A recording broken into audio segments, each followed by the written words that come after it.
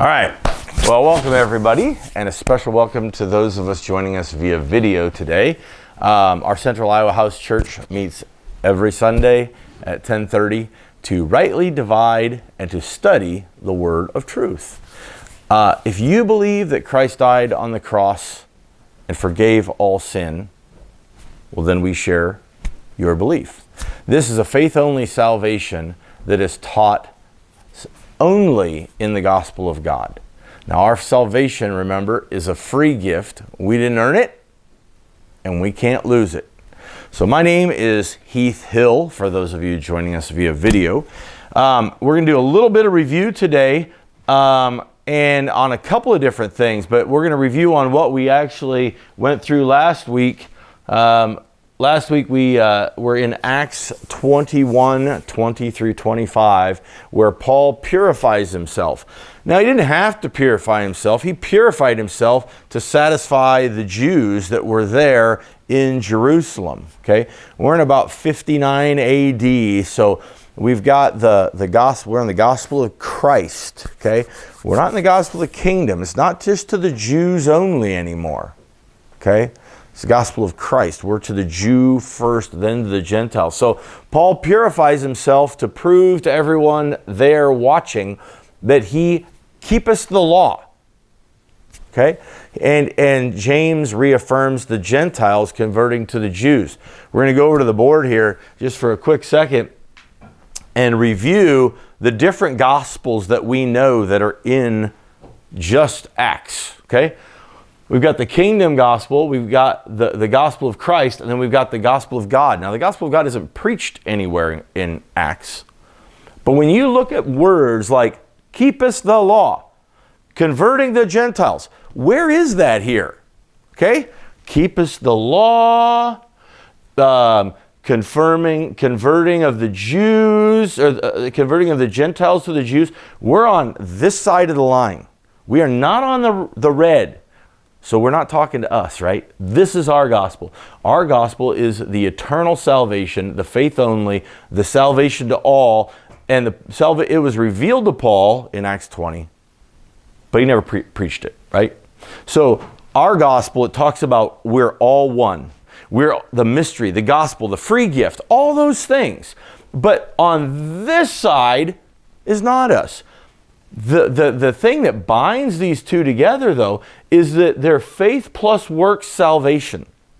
This faith plus works salvation is afforded to both this gospel and in this gospel. So same message. It's just that in this one, there's a different group, right? Gospel of Christ. So this is the one we're talking about here in Acts 21.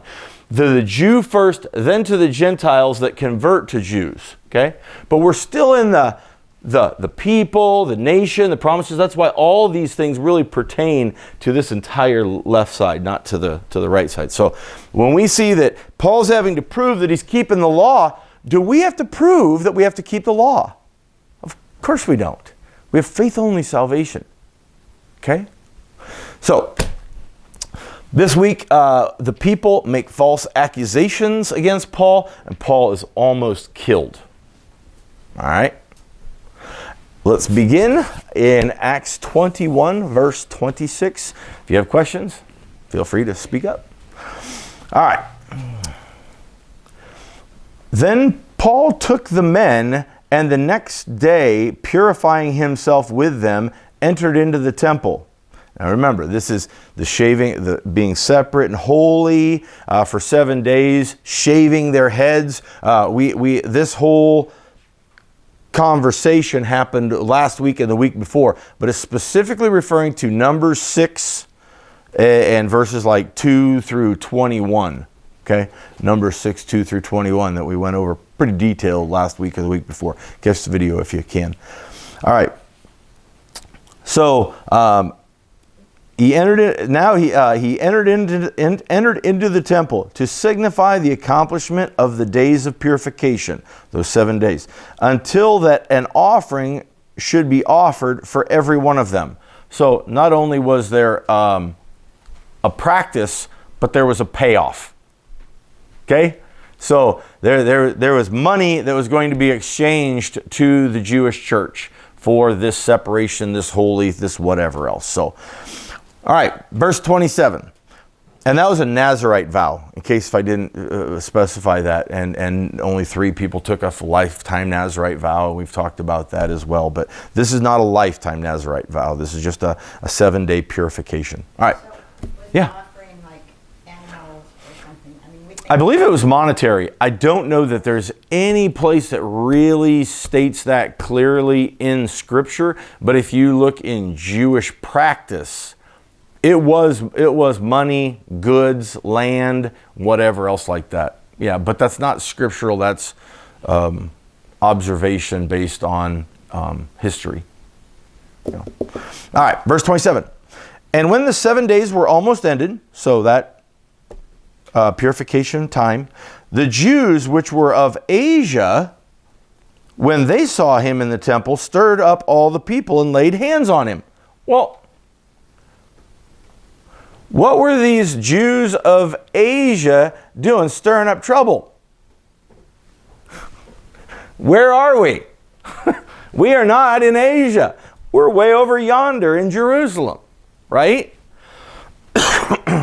These people stirring up trouble. Okay, so they would have gotten a different message. We've learned about that in the past couple of weeks, that Paul at one point in time on his second missionary journey was told, don't even go into Asia, go up above it. Now, for all of you who maybe don't know Asia, that's what they used to call this. Now Asia's way over here, right? But they used to call this land Asia, and they don't call it that anymore. They call it Turkey, right? But this is Asia for biblical, historical record sense. And these churches of Asia, these specifically, these 7 churches that are in yellow here, are the churches that it talks about in Revelation. The 7 churches. So these churches are going to be Jew and selfish Jews. They do not want to share their salvation with those doggone Gentiles. Right? And so when these guys are stirring it up, they're not stirring it up based on supporting the Gentiles. They're based on supporting hey, we used to have the kingdom gospel, which was to the Jews only, right? But now it's not. It's to the Jew and then to the Gentiles who are converting to Jews, okay?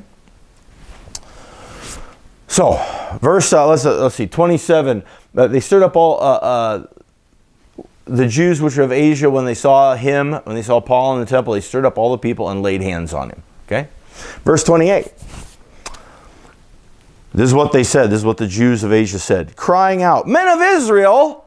In other words, hey, hometown guys, where we're at, we need your help. They say, help. Crying out, men of Israel, help. This is the man, Paul, that teacheth all men everywhere against the people and the law, and this place, and further brought Greeks also into the temple, and hath polluted this holy place. When you see the keywords, the people, remember what we're talking about. We're not talking about in the gospel of God. The gospel of God is to neither Jew nor Gentile, Hebrew nor Greek, bond nor free, male nor female, for we are all one in Christ. There is neither Jew nor Gentile. In our gospel, there's no separation. Here, there's still separation. They're still the people. They're still named. Okay? Let's go to the people and see who are the people, because some may not believe me, and that's okay. Exodus 3:10. Let's get a definition of who are the people, because this is, again, a Jew of Asia talking about the people. Okay, way back, Genesis, Exodus, second book of our Bible. Exodus 3:10. Come now, therefore, and I will send thee unto Pharaoh, that thou mayest bring forth my people, the children of Israel, out of Egypt. Okay, my people, the children of Israel, out of Egypt. Let's quickly then turn into our New Testament where we're at in Acts. Let's go back a couple books to Luke 2:32. This is not new news for all of us. who the people are, but maybe some watching haven't ever heard that the people.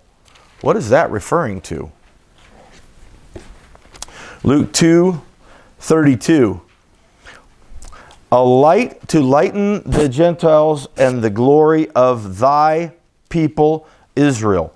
Thy people. Remember the these and the thys, they have to be, they're singular, right? The, thy. So there's a singular people.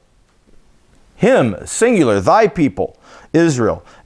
And we'll read on there. And Joseph and his mother marveled at those things which were spoken of him. And Simeon blessed them and said unto Mary his mother, Behold, this child is set for the fall and rising again of many in Israel, for a sign which shall be spoken again. There's a side note, but in verse 34 there, it's very clear that that Christ is coming for many in Israel. Says nothing in Luke about him coming for us at that time, right? It was only offered to the Jews. You can put that as a note, as a side note there, that behold, the child is set for the falling and rising again of many in Israel. Doesn't say many of all beliefs. It doesn't say any Gentiles. Says Israel, okay? And then lastly, to find out who the people are, let's go back to Hebrews. That's almost the last one in our Bibles there, about 5 books to go. And Hebrews 8:10. We're going to go to Hebrews 8:10. For this is the covenant that I will make with the house of Israel after those days, saith the Lord. I will put my laws in their mind and write them in their hearts, and I will be to them a God, and they shall be to me a people. A people, not lots of peoples, a people. Going to have one people, and of course this is talking about the beginning of 1,000 years when he writes, this is all old news to any of you who have been watching us, but that is at the beginning of the 1,000-year kingdom where that covenant with the house of Israel. So again, do we think that Gentiles are going to be in the 1,000-year reign? Do we think that Gentiles are going to be in the 1,000 years kingdom? Why would it say, for this is the covenant that I will make with the house of Israel? Doesn't sound like it's everybody. It sounds like it's the house of Israel. It sounds like we have Jews only in that 1,000-year kingdom. But again, many good things to discuss if we agree or disagree. All right, so we beat the people to death here, but he's teaching. Paul's teaching against all men everywhere, against the people, against the Jews. He's also preaching against the law. Go back to Deuteronomy, Genesis, Exodus, Leviticus, Numbers, Deuteronomy. Deuteronomy and 4:44. If you don't have time to join us, I'll read it kind of quick. We don't have to dwell on these, but it's good to know where we're getting our basis for why we're saying this is the gospel of Christ. Okay? Same message as the gospel of the kingdom, except for who it was given to. So Deuteronomy 4:44. And this is the law which Moses set before the children of Israel. He didn't set it before everybody. He set it before 12 tribes, right? Tribe of, we had Abraham, then Isaac, then Jacob. So the 12 tribes of Jacob there, who Jacob was renamed Israel. So let's see. We can also go to Malachi. That's the one right before Matthew. Malachi 4:4 to show what is the law. See if I can get to it here. Malachi 4:4, one of the last words, sentences in the Old Testament. Remember ye the law of Moses my servant, which I commanded unto him in Horeb for all Israel, with the statutes and judgments. Boy, it doesn't say anything about us, and we know it, right? All right, let's see. Let's go on to, so now we know that they're accusing him to being against the Jewish people, to being against the law that was given to Moses, and now against this place. This place, I only have one in Acts 25:8, just a few chapters past where we are at in our study today. But Acts 25:8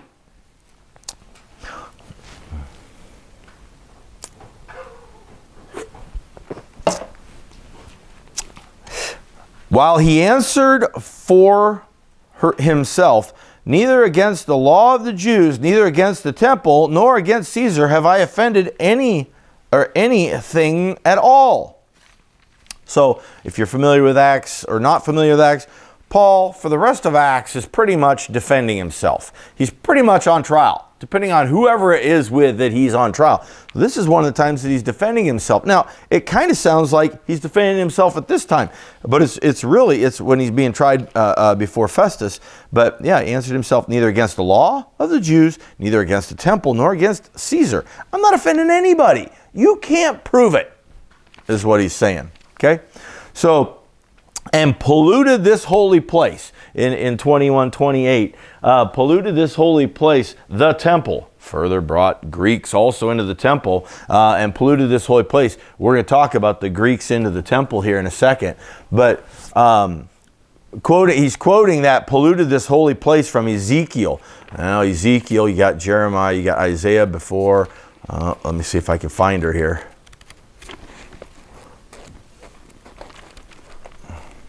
Jeremiah, then Ezekiel. All right.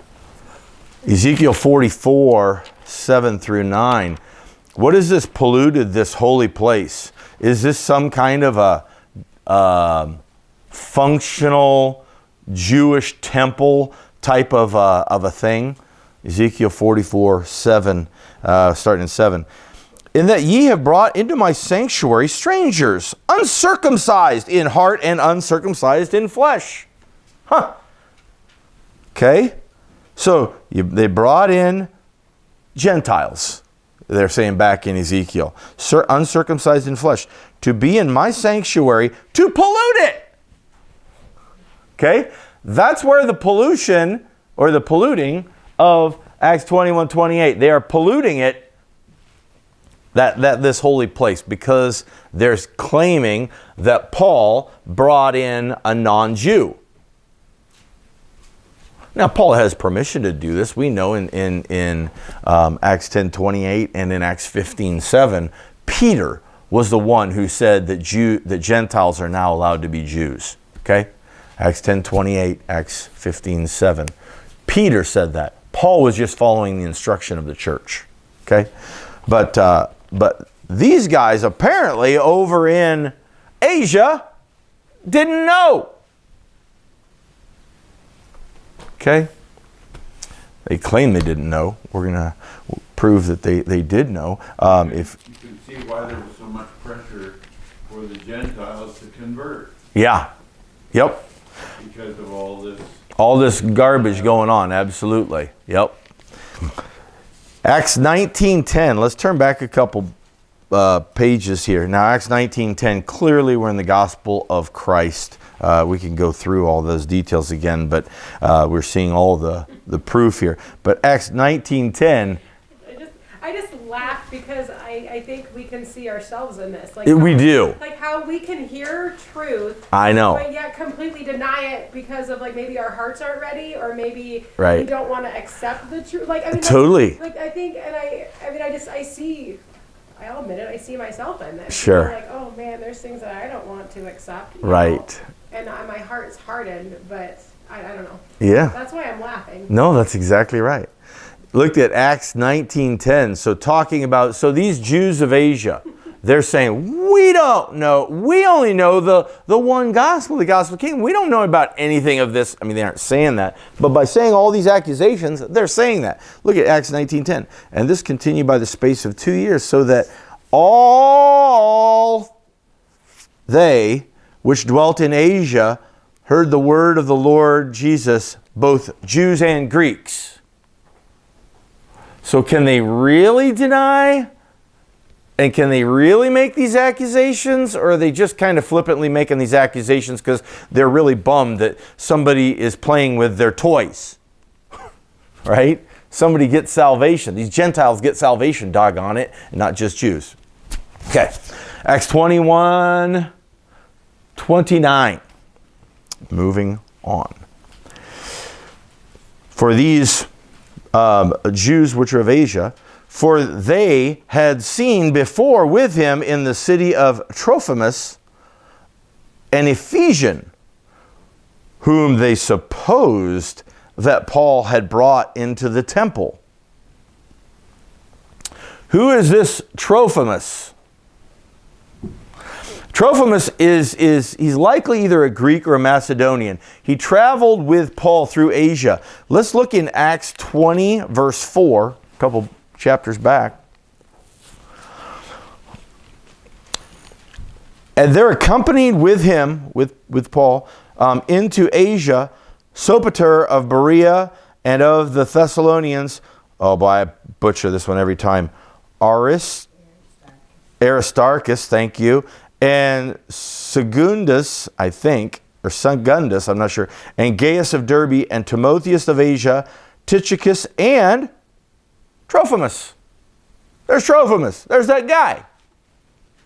So, that guy in Acts 20, verse 4, who was traveling with Paul into Asia, I don't think he was an Asian because he was traveling with Paul. I think he's likely either a Greek or Macedonian. We don't know a lot about him, but I don't think he was from Asia. Okay?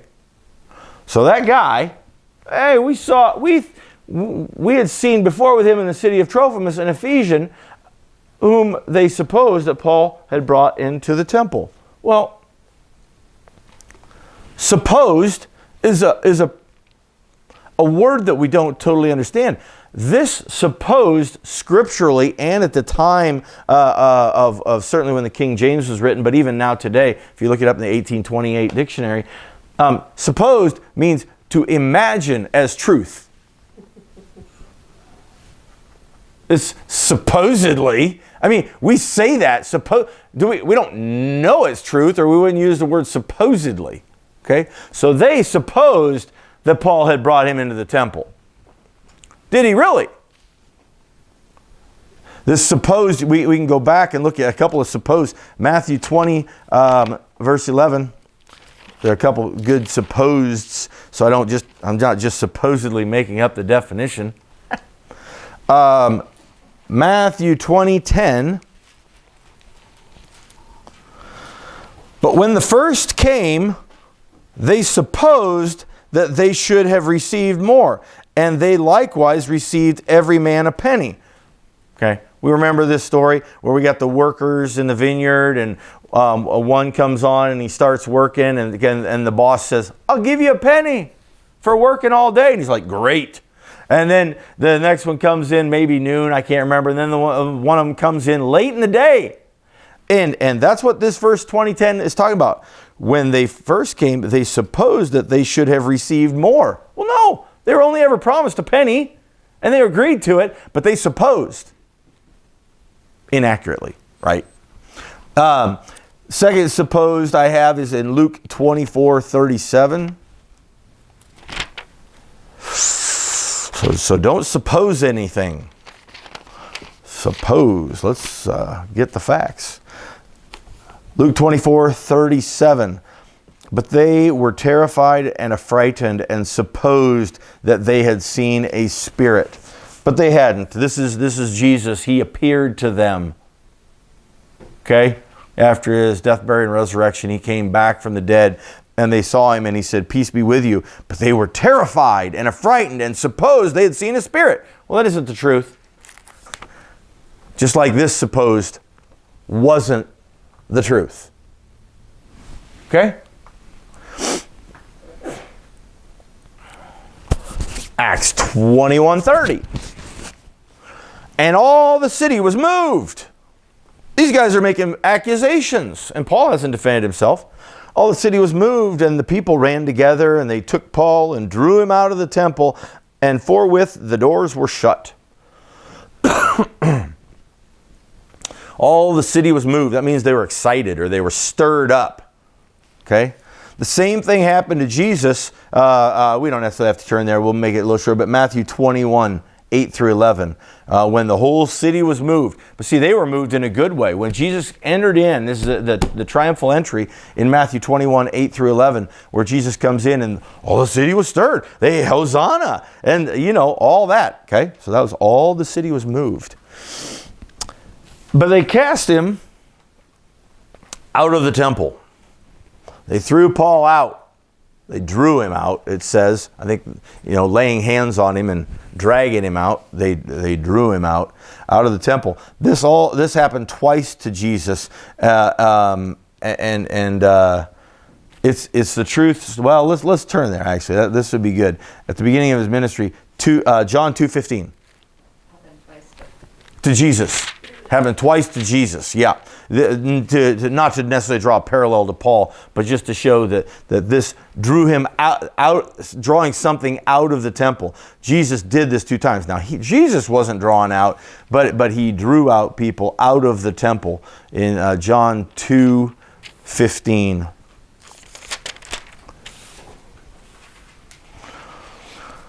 And when he had made a scourge of small cords, he drove them all out of the temple, and the sheep and the oxen, and poured out the changers' money, and overthrew the tables.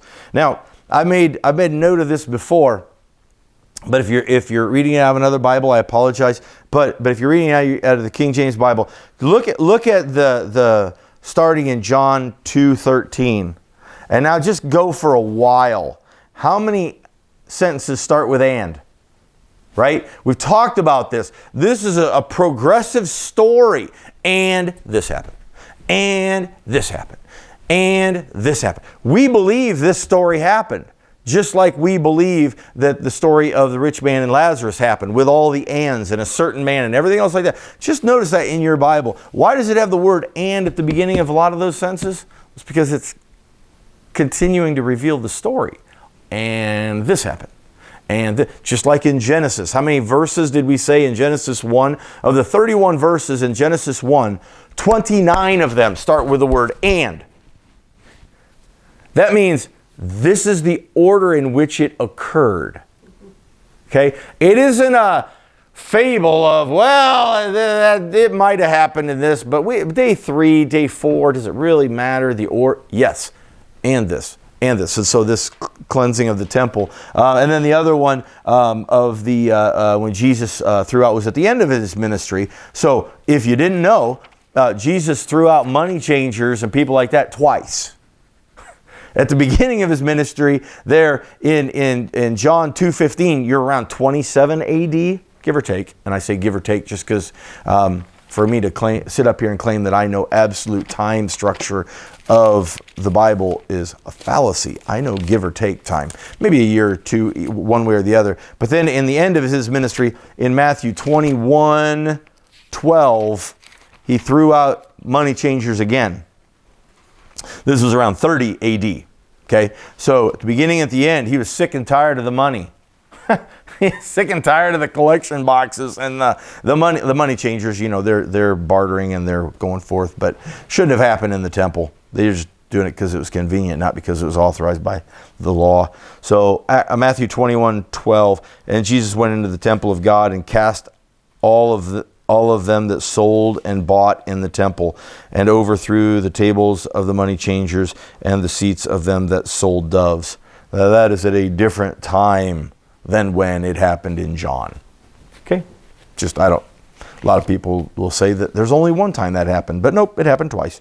Definitely 2 different times. And it's not because it's in 2 different books. It's in the "and" order. Okay? All right. Acts 21:31.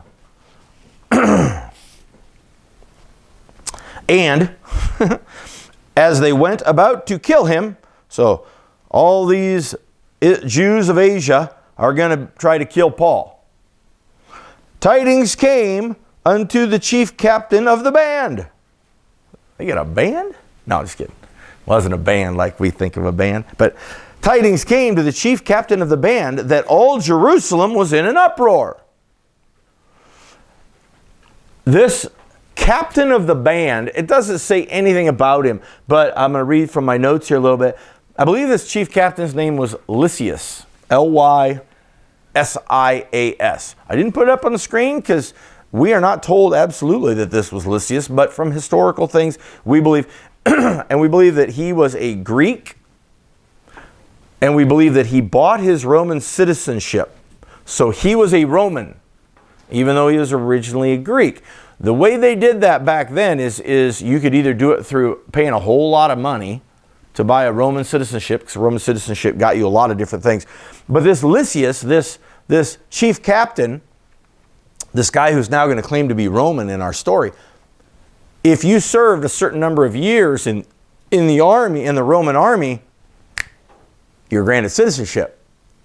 Okay, so we really don't think he had money. We really don't think people will speculate that in the Bible. I don't think it had anything to do with that. If they look deep into the culture of the Roman armies, they will see that, well, if this dude was a chief captain, he would have served more than 25 years in the Roman army, and therefore that's why he's now a citizen. Okay, and we don't need to know all that backstory, but sometimes it's kind of fun to know the backstory. So the dude who is leading, everybody in Jerusalem heard, he had tidings. Okay, tidings is just news. Okay, it's just information. Okay, the word tiding, I don't even know if it existed back then. Tidings was the word, and that's what's the news, what's happening, what's the event. Okay, so he got tidings came to him that all of Jerusalem was in an uproar. All right. We're almost to the point where we're stopping with the what's on the screen in writing, and we're going to go to, where is this Jerusalem at? Where is this? Let's give a little context, because all Jerusalem was in an uproar. Well, what's all of Jerusalem? Where is it? So we're going to go through, for the rest of the time, really a little bit of Israel 101. And where was this? And what does the temple look like? And all those other kind of things. Because I think it's useful. I think it's good to know that where Paul is being dragged out of the temple, and these guys are now going to confront him. Okay? So, who immediately took soldiers, so the chief captain, immediately took soldiers and ran down unto them. And when they saw the chief captain and the soldiers, they left beating of Paul. Okay? So they ran down.